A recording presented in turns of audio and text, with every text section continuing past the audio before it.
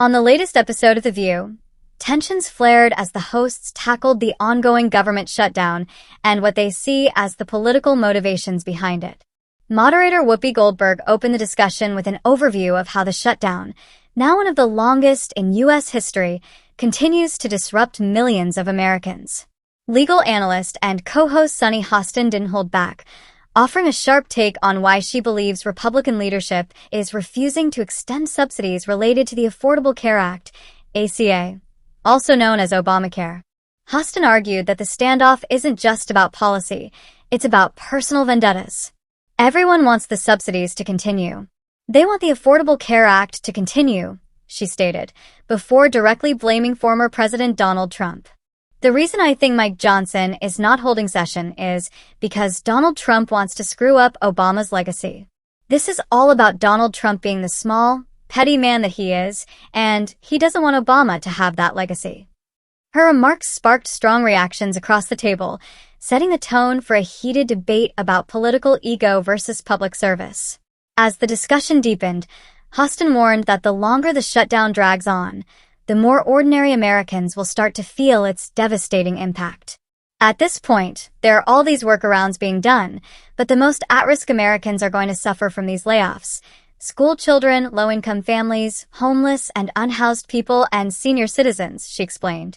She highlighted concerns about reductions at the CDC and potential cuts to special education programs, both of which could disproportionately harm the nation's most vulnerable populations. Whoopi Goldberg chimed in, adding her signature candor to the conversation. He wants to be king of the world, she said, referring to Trump's apparent drive for dominance and control. Hostin echoed the sentiment, pointing out that the Republican states are the ones that are going to lose health care if party leaders continue to refuse cooperation with Democrats to reopen the government. The hosts painted a grim picture of a political standoff where ideology and pride are taking precedence over people's livelihoods. But in a surprising twist, the co-hosts found themselves acknowledging one unexpected figure, Representative Marjorie Taylor Greene. Known for her controversial and often polarizing statements, Greene has recently called for both parties to come together to end the shutdown.